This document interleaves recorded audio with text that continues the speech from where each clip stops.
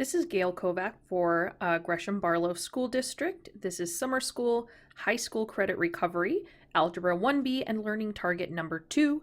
I can find the domain and range of a relation. So in this case, we have a couple relations. This one happens to be a quadratic, and this one happens to be absolute value. And we want to find the domain and the range of each of these. In other words, it's asking for domain. What are all the values of x that this function can take on, this relation can take on? And range is what are all the values of y that this relation can have. So let's do the x part first. We're going to look for a minimum and a maximum. All right, so domain is looking for the x's, and that's the numbers that go this way. So notice here in this function that we have arrows that point to the left and to the right. That indicates that that function continues in that direction onto infinity. So because this does have a slope slightly upward or downward in this case, this arrow is going to keep going on forever and ever and ever and ever and ever all the way over here, and this one's going to keep going forever and ever and ever all the way over here. So there is no exclusions for what a value x can be in this function. You can input any value of x in this function. You can put in -8, you can put in -8,000, you can put in -80,000, you can put in +6, 6 billion, 6 trillion, whatever it is, and y will you will get a value. So for domain, we are going to say, now there's a couple ways we could do this. We're going to say all real numbers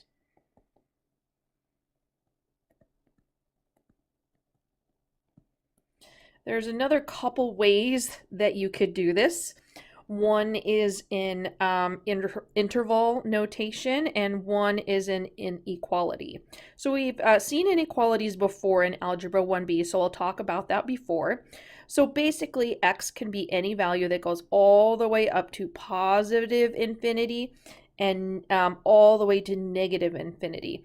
And really, infinity and negative infinity aren't numbers, they're concepts. Forever is an idea, not an exact number. But what we can do is put x going in between positive and negative infinity like this. Oops, let me fix that. I forgot the other inequality symbol. That would be like this. Or you can use what we call interval notation, which is kind of like a coordinate point. And you're just saying what the maximum and the minimum value is. So my upper boundary, my maximum value is infinity, and my lower is negative infinity.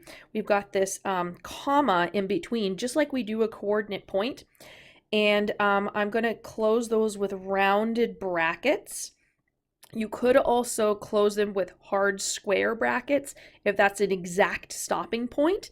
But since this is kind of an idea and it goes somewhere around there, we're going to say it's somewhere around negative infinity to around positive infinity. So you're going to find that this is the case for pretty much all of the problems that you see in these learning targets for this credit recovery course. The domain's always going to be all real numbers because we're just going to be looking at quadratics and we're going to be looking at absolute values. The range is all the values that y can take on. So that is this vertical axis here. And notice that we've got up arrows saying that this function is going to continue upwards forever. So there is no boundary in the positive side. There's no maximum. It's going to keep going up and up and up and up and up, on and on and on forever. However, it does have a minimum. It does have a bottom. And that is right here. This is the minimum. This is the floor. This is the bottom of the bowl. That's as low as it gets for this function. This function is not going to turn around and start going in a different direction and go further than this. That is the floor. And that floor, I know I've kind of drawn over it a little bit, is here at -5. That's -5 on y. So the y values can be anything that's greater than or equal to, because it does barely touch down here at -5, equal to -5. So you could say, if you want to write it out scripted, you could say all numbers greater than or equal to -5. Let's just write that as an inequality like this. Y is all values greater than or equal to -5.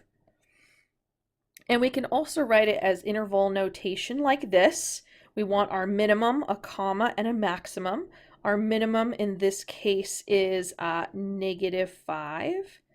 And our maximum is unbounded. It keeps going up and up and up forever, so that goes to infinity. Now we're going to do the round bracket around infinity because it's somewhere around there. It's an idea, not an exact number, so somewhere around there.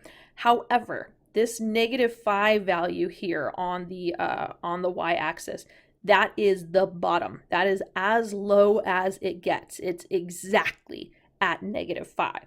So we're going to put a bracket that shows that the bottom is exactly at -5.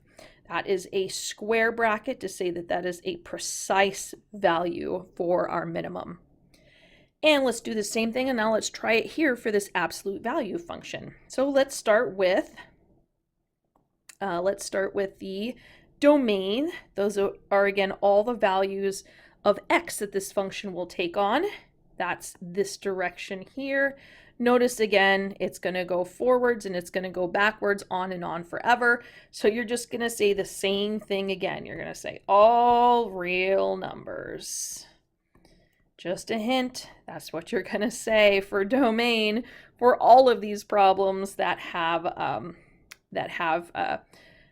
parabolas or have absolute values. Now, I'm not even going to bother to write in these other ways. That's good enough. Let's go now to range.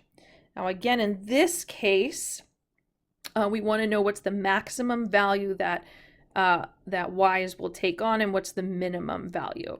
So notice that these arrows are slightly pointing downwards forever. So eventually, as x gets really, really, really large and really small, those will keep going down and down and down and down all the way to -infinity. So we don't have a minimum. However, we do have a maximum. There it is right here. And where is that on the y? That looks like it's at 0. It's right on the x-axis, so that's 0 for y. That is the tippy top. It bumps its head and it starts coming back the other way, so that is far up as that function is going to go. It's not going to turn around and start going past that line again. So notice here that we've got a maximum value. Now, y cannot be greater than this. It has to be less than or equal to. Here, it does touch the y-axis. It does touch here at 0, so it can be equal to. But other than that, it's got to be less than. Everything else is below. So we can write y is less than or equal to 0. And if we want to put that in interval notation, like this, we do not have a minimum in this case. It's -infinity. But we do have a maximum. It's at 0. Our minimum is somewhere around -infinity. It's a concept, not a hard number, so rounded bracket. But we have this hard maximum up here. It's a hard stop at 0. That is exactly at 0. So we're putting a square bracket on the right-hand side. So domains, value of x's, in this case for you folks, it's going to be all real numbers all the time. Range is either going to be y is greater than or equal to or less than or equal to. It'll be greater than or equal to if you've got a minimum. It'll be less than or equal to if you've got, this is our maximum right here. And you're going to have an infinity and a number. Either one or the other, and that square bracket around the exact number rounded around the infinity. Now, however you like to do it, there's two choices. You don't have to express it in both the inequality and the interval form. One or the other is enough. So whichever you prefer, you can express it that way. Now, I also recommend you head on over to learning targets number 5 and number 10 because they're almost identical. This is what you'll see for number 5, the one on the left here, and the one on the right, that's what you're going to see for number 10, I believe. It might be the other way around. But parabolas and absolute values, that's all that number 5 and 10 are. It's asking basically the same thing.